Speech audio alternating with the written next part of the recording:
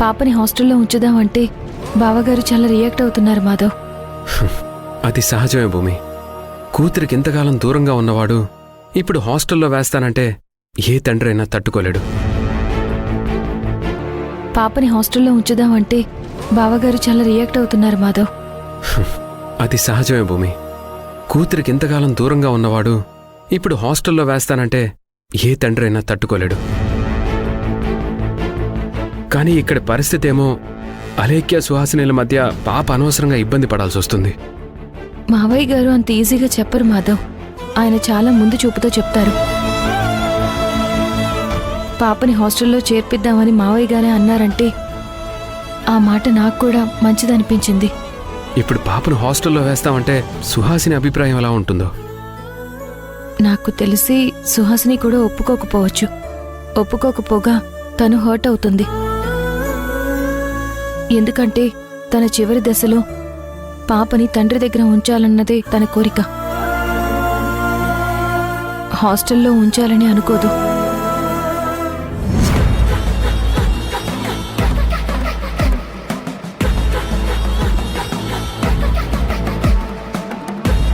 దీనికి తన తండ్రి ఎవరు అనేది ఎవ్వరికీ అర్థం కాని ప్రశ్నలా మిగిలిపోయింది. కానీ ఈ ప్రశ్నకి జవాబు దీని అమ్మ దగ్గర తప్ప ఎవ్వరి దగ్గర లేదు.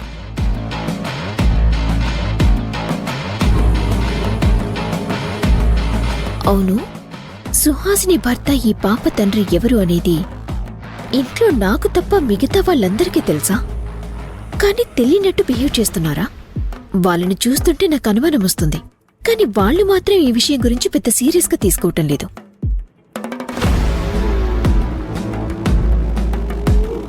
కానీ నేను ఈ విషయాన్ని చాలా సీరియస్గా తీసుకుంటున్నాను.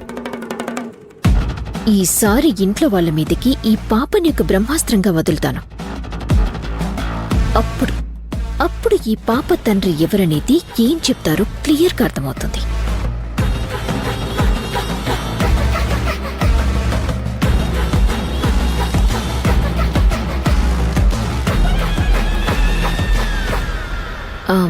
చాక్లెట్ బాగుంది కృష్ణ? చాక్లెట్ చాలా బాగుంది పెద్దమ్మా, థ్యాంక్ యూ. నీకు మీ నాన్నతో ఆడుకోవాలని లేదా? నాకు నాన్నతో ఆడుకోవాలనుంది. నాన్న వీపెక్కి చల్చల్ గుర్రం ఆడాలనుంది. నాన్న నేను కలిసి తాగుడు మూతలు ఆడుకోవాలనుంది. చెస్ గేమ్ కూడా ఆడాలనుంది. నాన్నతో చాలా చాలా ఆడాలనుంది. కానీ మా నాన్నెవరో నాకు తెలియడం లేదు. కృష్ణ, నేను నీకొకటి చెప్తాను, నువ్వది అర్థం చేసుకోవటానికి ప్రయత్నించు. సరే పెద్దమ్మా, చెప్పు, నాకు అర్థమవుతుంది. అర్థమవుతుంది. ఎందుకు అర్థం కాదు? నువ్వు సుహాసిని కూతురివి కదా, అన్నీ అర్థమవుతాయి. మీ నాన్న గురించి మీ అమ్మ నీకు ఎప్పుడు చెప్పలేదా? బాగా ఆలోచించి చెప్పు.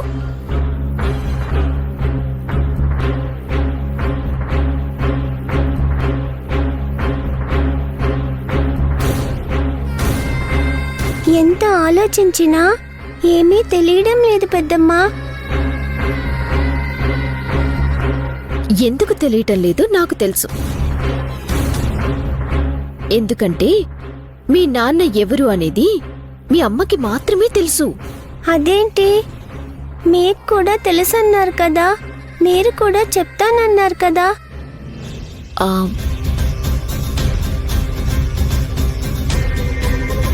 అంటే ఈ పెద్దమ్మ చెప్పడం కంటే మీ అమ్మ చెప్తేనే నువ్వు చాలా హ్యాపీ ఫీల్ అవుతావు. ఇప్పుడు నువ్వు మీ అమ్మ దగ్గరికి వెళ్ళి మీ నాన్న గురించి అడిగేసేయ్.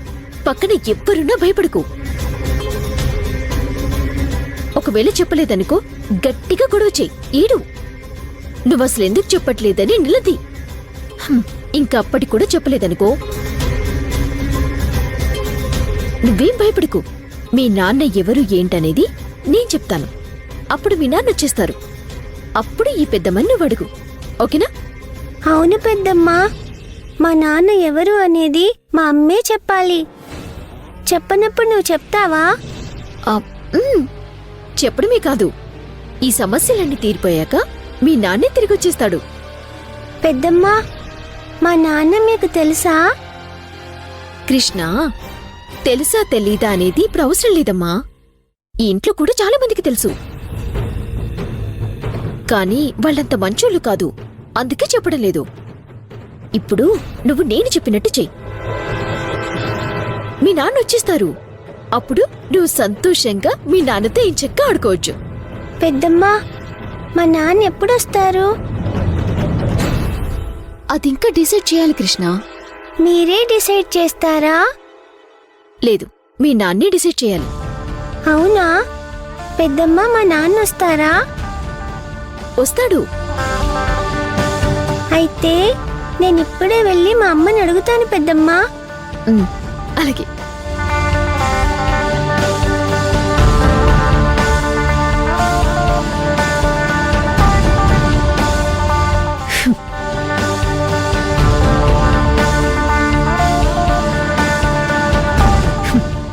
చోటా బాంబుకి ఇప్పుడే నిప్పంటించాను. అది ఇక పేలాలి, మనం చూడాలి.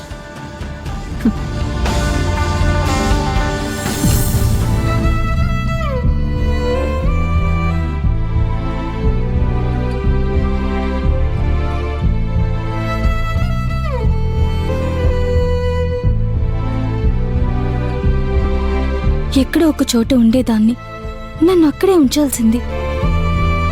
ఇప్పుడు మళ్ళీ లేనిపోని గొడవలు, చిరాకులు. ఇవన్నీ నా కారణంగా రావటం నాకిష్టం లేదు భూమి. సుహాసిని, మేమంతా నీకు అయిన వాళ్ళమే. నువ్వు అలాంటి ఆలోచనలేమీ పెట్టుకోకు. నువ్వు మమ్మల్ని పరాయి వాళ్ళలాగా చూడకు. నువ్విలా మాట్లాడడం వల్ల మాకు చాలా బాధగా అనిపిస్తుంది. చచ్చా, మిమ్మల్ని బాధ పెట్టాలనేది నా ఉద్దేశం కాదు. మీరే చూశారుగా అలేఖ్య ఎన్ని మాటలు అంటుందో. అది నాకు కొంచెం బాధగా ఉంది. అలేఖ్య వదిన గురించి నీకు తెలిసిందే కదా, ఆమె ప్రవర్తనే అలా ఉంటుంది.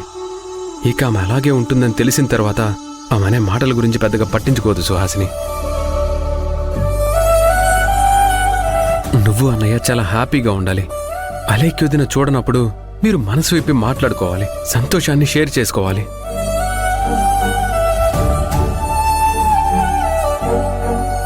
మీరిక్కడ ఉన్నంతకాలం కష్టాలను పక్కకు నెట్టి ఇష్టంగా మాట్లాడుకోండి. ఇదే నేను కోరుకునేది.